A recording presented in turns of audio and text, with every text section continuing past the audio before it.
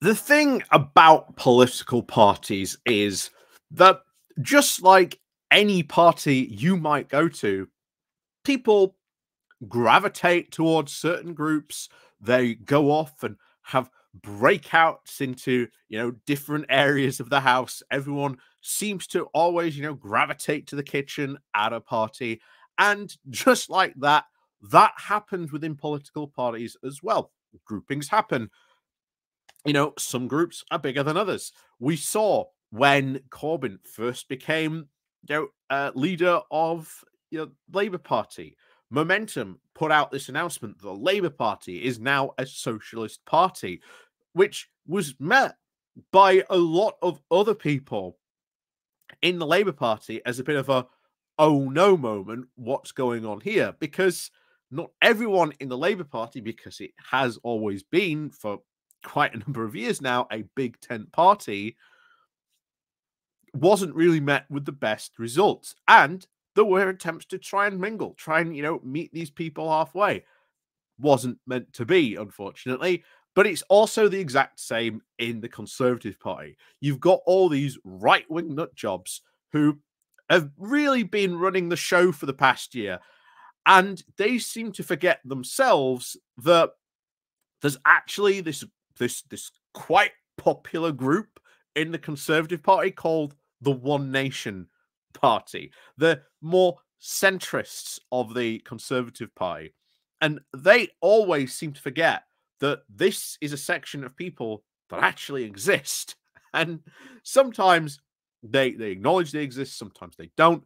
But it is kind of the biggest, at least core of the Conservative Party. And just recently we went over the Andy Street fan fiction, of course. Again, still bizarre, but there you go.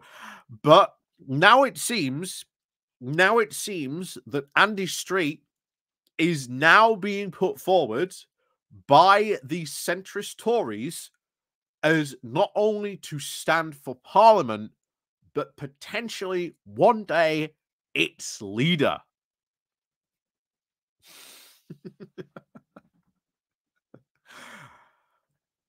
Let's dive more into this, because at least rather than the crazy fan fiction of that was at least being proposed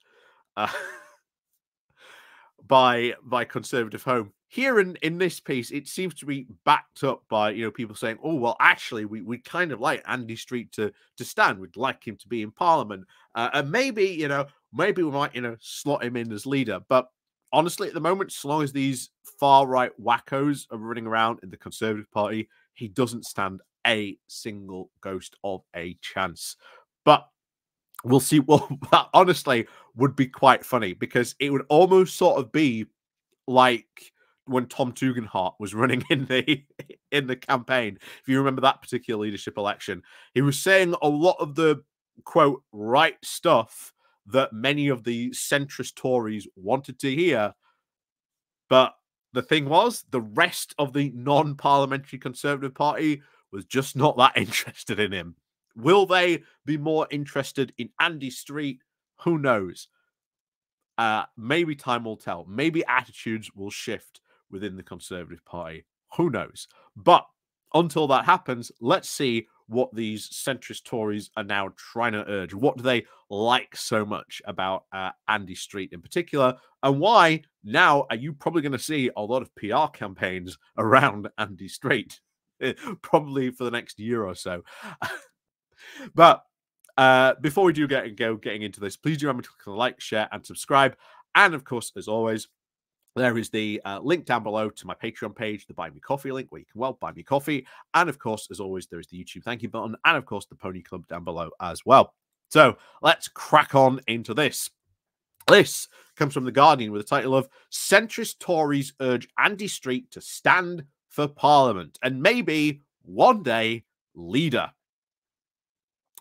So, senior Tories of the moderate One Nation wing of the party are urging the defeated Andy Street West Midlands mayor to consider reviving his political career by standing for a seat in Westminster. And here's the thing. The current Tory party hates a loser. Hence, the defeated part would be incredibly hard for Andy Street to actually get over this.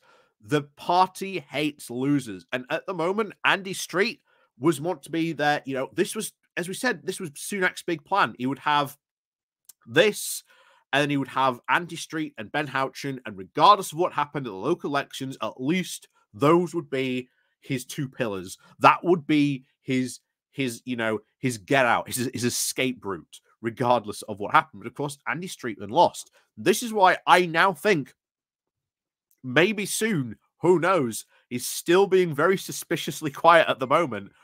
I still think they would. He is in the next maybe sort of couple of weeks or so, maybe in the next couple of days, he might go out and throw Sunak under the bus and blame him for his loss. We'll see. So Street suffered the biggest shock of the local mayoral elections last week when he just lost to Labour's Richard Parker on just 1,500 votes on a knife-edge contest. This narrow defeat deprived the former head of John Lewis a third term in charge of the second largest region in England. This Street did suggest that he would now take some time before deciding on his next move. But Damien Green, the chair of the One Nation group of Tory MPs at Westminster, made it very clear. He believed Street would be a great addition to the parliamentary party, saying, "I would very much welcome Andy Street staying in active politics. As an MP, if he wants. He has been a huge asset to the Conservatives, and he has a track record that any Conservative would be proud of," Green said. Other Tories on the left and centre of the party do believe that he could even mount a challenge for the leadership were the party to lose heavily at the general election, and were Prime Minister Rishi Sunak to stand down. Another Tory said, "Andy has not spent time in government, but he has run a big city and a large business. He knows how to run things, and he knows about politics. He has a great track record. I can see him emerging as a very viable candidate for a position, and not just as an MP, but for one of the top in our party." Here's the thing. This is something that should honestly be just washed away with. This whole idea of, oh well, he's run a large business. Surely he should be good in government. Yeah, Trump also, quote, ran a large business. He wasn't exactly the best prime minister.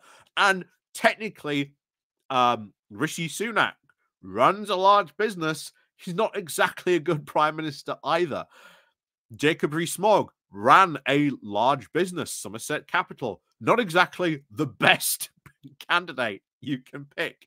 Nadine Dorries also ran a large business. Not exactly the best candidate for a job. Boris Johnson used to be the head of a quite, respectable newspaper at one point. Not exactly the best candidate. The list goes on and on and on. Nadeem Zawawi, again, just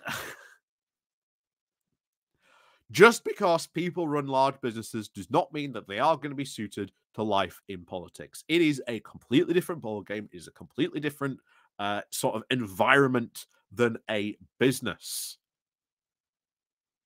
So that is something that very, very, very much needs to go, honestly, from this. But hey, like I say, they're trying to big him up to one day be running, and of course, this is something that they will use probably in his leadership thing. I used to run a large business. I was, the chairman of John Lewis. Somehow, this qualifies me perfectly to be leader of the political party, maybe one day prime minister. Anyway, so with a general election now approaching, the Conservative Party will now be looking for candidates for several seats in the West Midlands, where Street will already be having a very high voter recognition. Again, that would be very true. I wouldn't be surprised if he does actually end up running.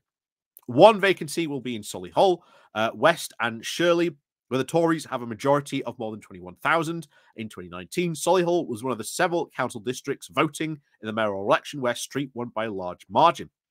In his resignation speech, he was very generous to the victor and gracious in tone.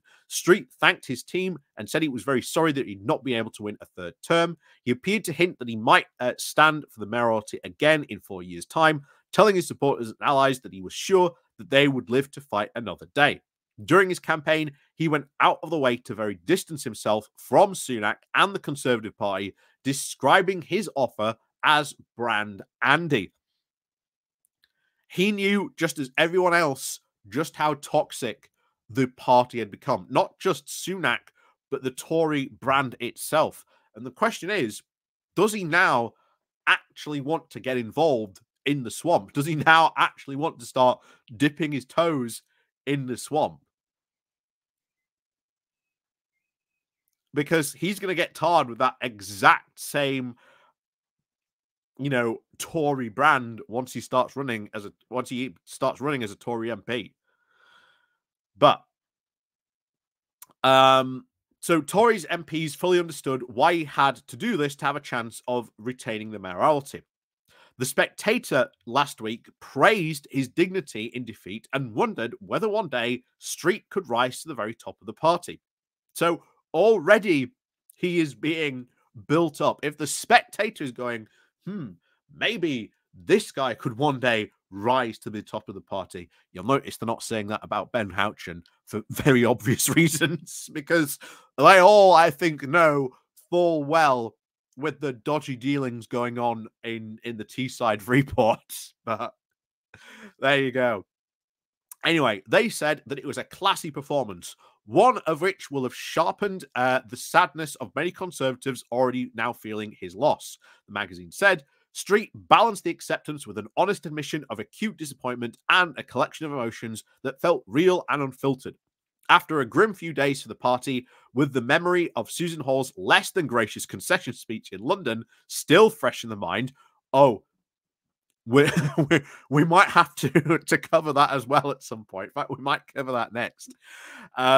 Some have now wondered if Street should now look to the future at Westminster. Perhaps, as one theory goes, he might even be a contender for the Conservative leadership in the wake of an election defeat. So, who knows what's going to happen for Andy Street? But honestly, this is one thing where you can see a now certain section of the party now wants this guy to be in charge. Will he actually one day claim the leadership? Who knows? Will he actually run to be the leader? Who knows? Bear in mind, remember, the Tory party hates a loser. This is why you saw in that article when people were talking about him, oh, yes, he did lose, but he accepted with such grace and humility. Compared to that Susan Hall. And that was coming from the Spectator. Make no mistake, Andy Street is being set up to be a potential future leadership candidate from the One Nation group. Absolutely is being set up to run for this. So we'll see what happens, but yeah.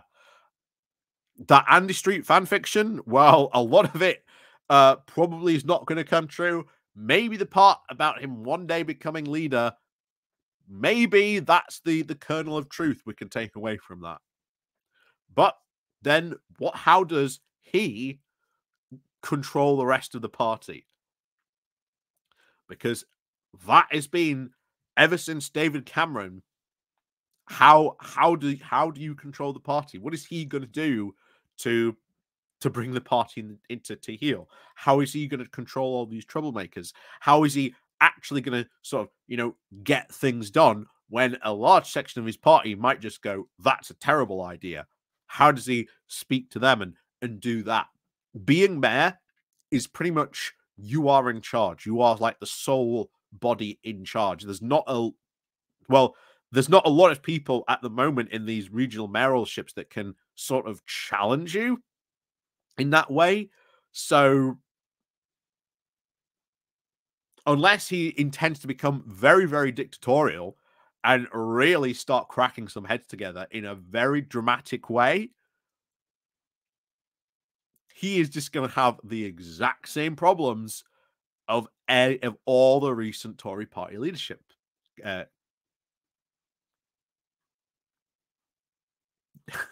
but we'll see what happens. But as always, thank you very much for watching. And of course, as always, we'll see you all next time.